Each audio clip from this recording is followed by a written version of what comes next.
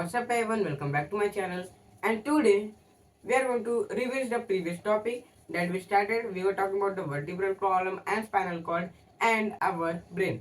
The brain was not a part of it, but in one part I mentioned, the medulla oblongata that I mentioned. So we are going to reinvent that. So we know that there are like four chambers of our brain: the cerebrum, the medulla oblongata, and the spinal cord. These are the four important chamber of our brain. So what do we do with our four chambers? Every function, everything has its own function. Our brain, our cerebellum, our medulla oblongata, and our spinal cord. These all have their own function. They have their own duty. They are like a rescue guard. They know how to perform their work. They're on the beat. They're doing their work. They're doing their thing. They're doing their messaging thing. They're controlling thing. They're ANS, PNS, and CNS that we talked in the previous video. They're doing all these things. Their function is being done by that position. But taking that aside, what also happens in this type of condition is that our body has some involuntary responses which is controlled by the medulla oblongata. So you mean that you are might be asking that you know the word involuntary? Involuntary means not being controlled. So how does the involuntary function work here? And there was a question which was generated that what happens when you get hit or when you get injured on the medulla oblongata.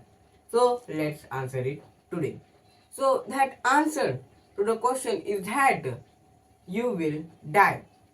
And the reason behind that is a four comprehensive thing.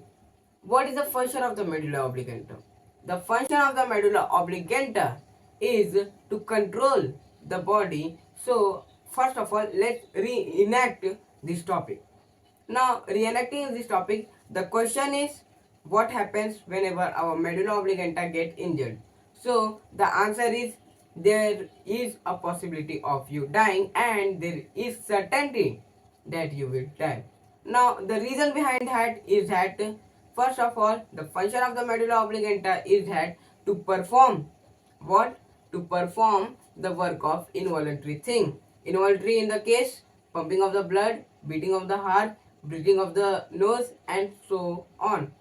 And the loved up process of our heart and the expansion, these type of thing. Because if there are certain messages coming to our brain like breathe, breathe, pump, pump, so we cannot do that. So to control all of these things, medulla oblongata is there.